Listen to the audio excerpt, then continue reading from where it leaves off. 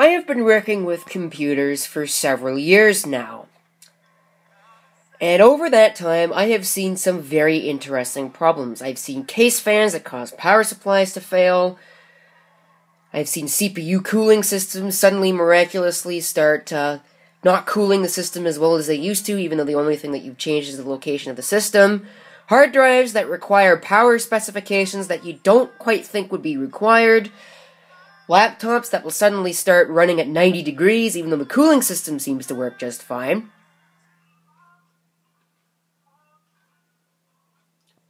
But this particular problem that I'm about to discuss really takes the cake for interesting problems.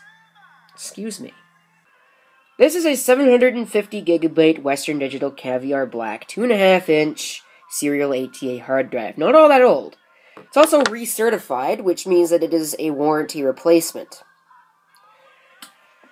I recently had to take this drive out of service from my main computer. It stores all of the files, and I had to put the 500 gigabyte, what is that thing? I think it's in WD5000 LPVX, if I know my model numbers correctly.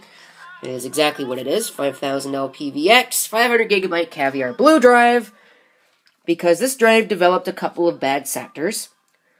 So I took the drive out, got all the data off that I cared about, and submitted all the paperwork for an RMA.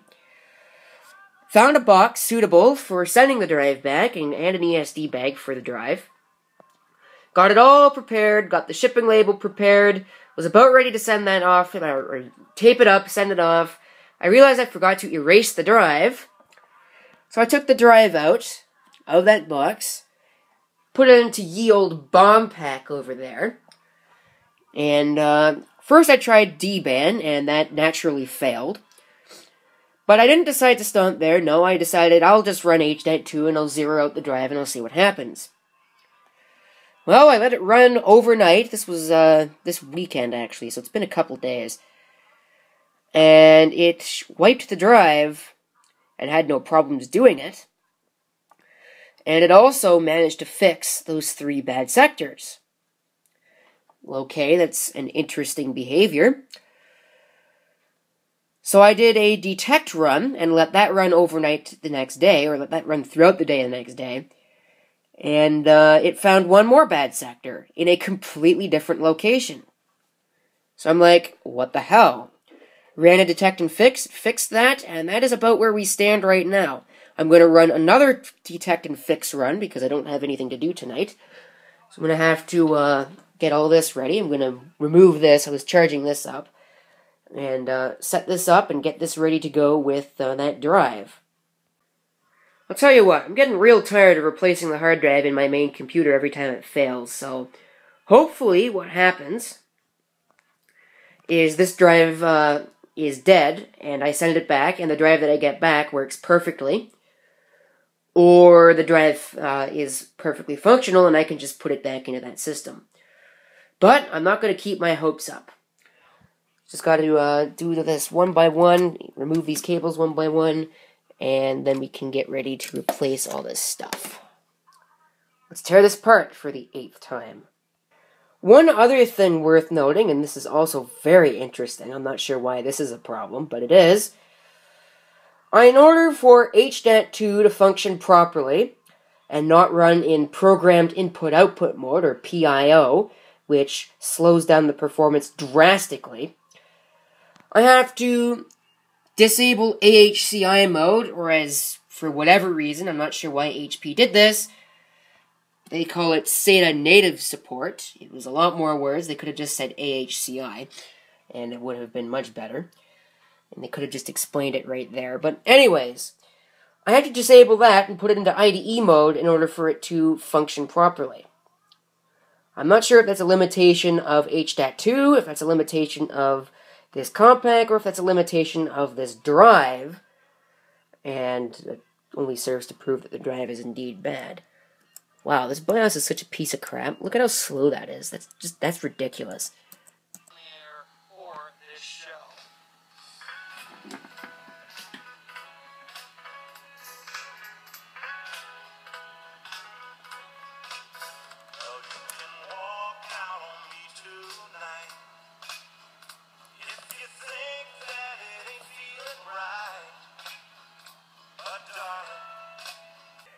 Looks like it passed.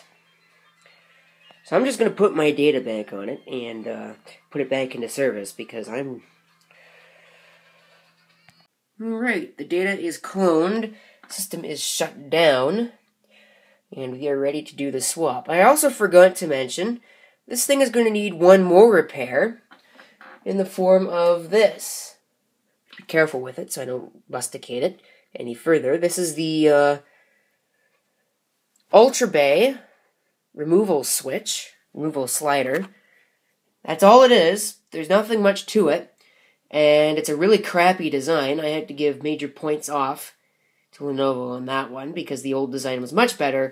However, the new design also has the added benefit of making the laptop look sleeker, which is the only reason why I think it's done in this MacBook Pro unibody style era, where things simply must be smooth because that's what people want. Alright, it is time for the all-important moment of truth. Let's see what happens. I wonder if maybe it's actually got a problem with temperature. I have to unplug these USB things. Because there are too many USB ports and too many devices plugged into it, so it won't initialize the hard drives properly. Turn that on. It didn't smoke itself in the time that it took for me to put that drive back in. So there's one thing.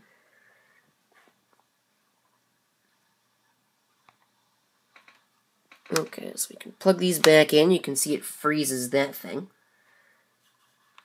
But that's fine, I don't care about that. At some point here, I'm probably going to end up reinstalling Windows. It might even be right now, in fact. But that'll have to come later. Right now, I kind of need my computer, so...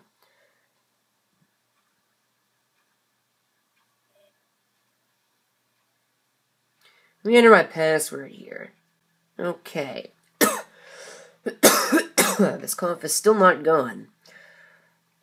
It's been almost 2 weeks now.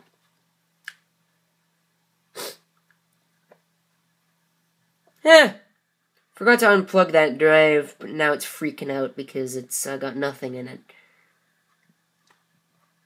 Oops. Let's unplug that.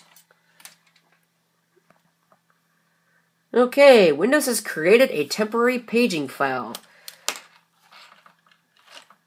Well, yeah, no kidding, because the stupid drive is not found, and this is not working. So apparently we've lost more than just that. We've lost a couple of USB devices. Cancel. Okay. We're going to have to change some drive letters around. I don't care about that.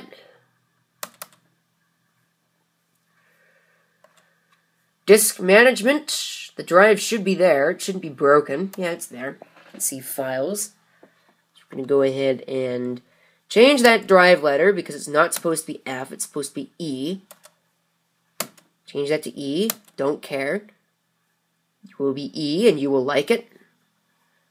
So I'm going to do that. Click on desktop now. As you can see, everything is definitely still there, although it needs to be refreshed. And the way to do such things is to simply destroy the Explorer and the process and start it again. That's Microsoft Word.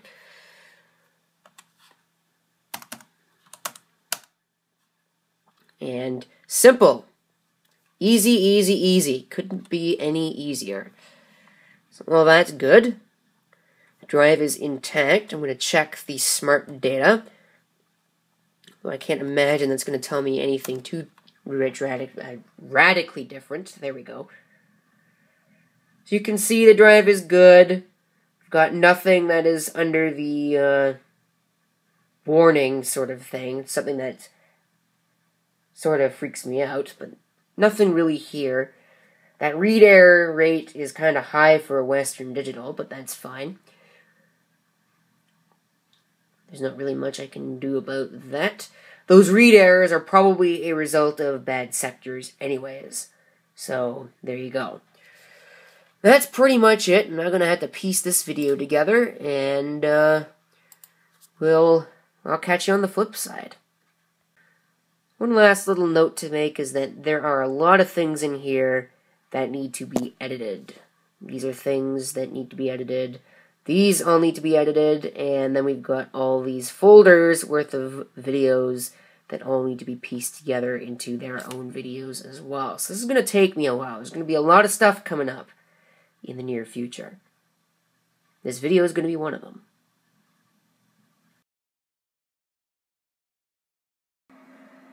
Wow, holy crap, it's almost 25 degrees in here. Celsius, of course. I can't believe that. Oh, wait. Yes, I can. Okay, that is not cool. I have no idea what triggered that, but that is definitely not normal. It looks like it tried to create our little section of the video there, and it's set to loop. That's actually hilarious.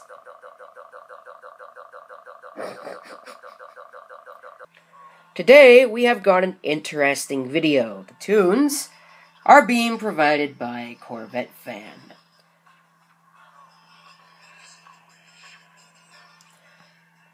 I just totally lost my train of thought.